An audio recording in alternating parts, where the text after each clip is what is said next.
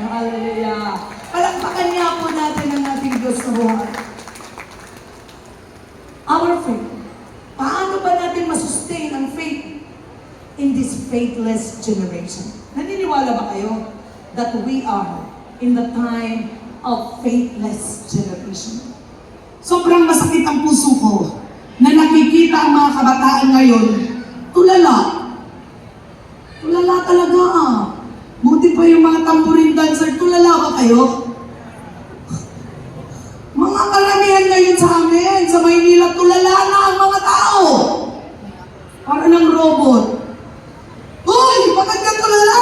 Adik eh. Alam niyo, adik. Saan sila na adik? Marami na kasing liwasan. Buti kayo natural ang inyong mga liwasan. But sa amin po, wala. Ang mga bata nagkukulong na lang. 8 oras, 10 oras, 24 hours, 28 hours, they are spending time on the cellphone. Ngayon, pumupunta sa church, tulala. May narinig ka? Wala. Pahirapan po talaga. Pugpukan talaga ang ginagawa namin sa church para ma-awaken lang ang aming mga kabataan. We are rushing because time is running out. Because the Bible said, dadating ang panahon that lahat halos ay iiwan na ang pananampalataya. Because the end time is getting closer and faith is almost impossible. But how can we sustain that until our last breath, even to the point of death, hindi natin iiwan ang pananampalataya? Remember, hindi biro ang pagbalik ko sa Pilipinas. Nakapag-asawa nga ako ng Koreano. Pero hindi ko piniling manatili sa Korea. Pinili ko na bumalik sa bansang Pilipinas to do the work of God. Graduate din naman ako ng bachelor degree. Kung saan-saan na ako nakarating, nagtrabaho sa World Vision, international NGO. But I can still experience something is missing. Pero hindi pa rin mawawala ang pinangako ko sa Diyos. Nung high school ako, magpapastor ako. Nag-college na ako, nagtrabaho, malapit na sanang mag-asawa, pero hindi natuloy. Pero meron pala akong pangako sa Diyos, magpapastora ako. And during that time, I can see my life something lacking. And I decided, Father, ayusin mo lahat ng gusot ng buhay ko, and I will do my promise to you. Alam ko, gulo-gulo-gulo na ang nangyayari sa buhay ko. Hindi ko na maintindihan. Dahil may pangako pala ako sa Diyos na magpapastor ako, na hindi ko itinutuloy. Kaya I make my decision na magpastor na nga ako. And by that, buti na lang, may napadpad bishop. 27 na ako nun eh. Sabi ng mga pinsan ko, Ate, Ilocano kasi kami eh. Ilocano, kasabot. Ilocano, Ate, malapit ka na talagang mawala sa kalendaryo. Wala ka pag-asawa. Ganun yung mga Buti, may napadpad na missionary. Song leader ako. Wow. Buti na lang. Naintindihan ko kayo. Tambourine dancer yung kapatid ko. Song leader ako. Ako na yung pinakamaganda sa church. Teacher ng young people. Teacher, sige. Pwede ba nila akong ablahin? Di ba po, pastors? Pwede ba akong ablahin? Uy, tinuturuan mo lang kita, liligawan mo ako. Hindi pwede. Hindi sila pwede sa akin. Kaya, paano na kaya? Usually, that's the reason why we commit relationship to unbeliever. Kasi wala namang pwede doon eh. Salamat talaga sa Diyos. Merong napatpat na 3 misyonaryo. Isang Presbyterian, isang Pentecostal, at saka isang Berean. Wow, buti na lang yung Berean ang nanligaw sa ating pastor.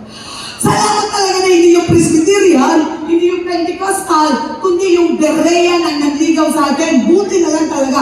Dahil nananalangin ako sa Diyos na bigyan ako ng mapapangasawa na matatag sa pananampalataya. At ang pananampalataya niya, lubos kong ikakatuto at tuturuan niya ako ng marami. Hindi na nagkamali ang Diyos. Sinagot, halos din ako makaulagpos. Ang dami kong wrong, ang dami kong correction. na sabi niya lagi sa akin, you must be grateful to me forever. Dapat lagi kang magpasalamat sa akin. Sabi niya, probinsyana ka, village girl, tandaan mo. But you become international girl because you marry me. Wow! Grabe na! Kumpiyansa yan! Sabi niya po, you village girl, you must always take me. Parang, sambahin ka na kita. Para mapasalamatan kita. Sasabihin niya lagi, you are a village girl. But because of me, you become an international woman. Hindi siya ang dahilan, kundi dahil sa pagtuo ng aking mga magulang, pagtuo namin, dahil nagsimula kami, nandun pa ako sa sinapupunan ng aking nanay, baptized na ang aking mama sa Pentecostal Church. Kaya, because of the prayer of my pastor, because of the faith of my parents, na lagi kaming dinadala sa church, naglalakad 3 kilometro. Wala pang tricycle, wala pang motor, baklay lang ta. Ilog, bundok, bukid. Kaso bukid sa inyo, bundok eh. Ang bukid sa amin, bukid talaga. Bukid. Bukid! Kaya bukid girl. Village girl. Pero sabi ng asawa ko, be grateful to me. Because of me, you become international person. Grabe, no? Pero, isa po yun sa sagot. Dahil nung nabasa ko ang Purpose-Driven Life ni Pastor Rick Warren, sabi nung sa nabasa ko, nakikita ko yung nagbabasa si Mayor, sabi nung nabasa ko, desire to be a global Christian. Sabi ko, village girl ako ha. Binabasa ko yung book ni Dr. Rick Warren. Paano mangyayari ko sa akin? Naman ako na taga-bundok ng Sierra Madre Mountain. O, di ba? Narinig niyo ng Sierra Madre? Kung meron kayong Malintang, ano na ba alam bundok niyo? Malindang. Mount Malintang sa kaharian ni Mayor. Mayor, may kaharian ka sa Mount Malintang. Ako din, may kaharian. Moraya. Kami naman, Sierra Madre. Paano itong village girl magiging global Christian? Pero sabi ko, hindi ko pinagdutahan ang salita ng Diyos. Nanalangin ako. Nag-ampo, Father, make it happen to me. Dalaga pa ako nun, make it happen to me. Help me to be a global Christian. Hindi ko alam pero paano, pero bahala na. I want to be a global Christian. And that makes me a wife of an international missionary pastor.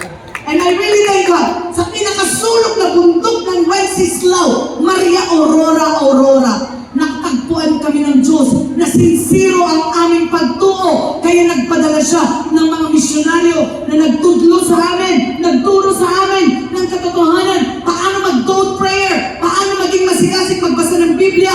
At talaga naman, that is something that changed my life na mula noon, I become crazy of the Word of God also.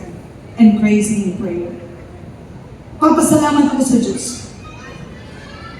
Dahil, yung high school nga ako, Mami, sabi ko sa mami ko, mag-stop na ako, hindi na ako mag-college, mag-Bible school na ako.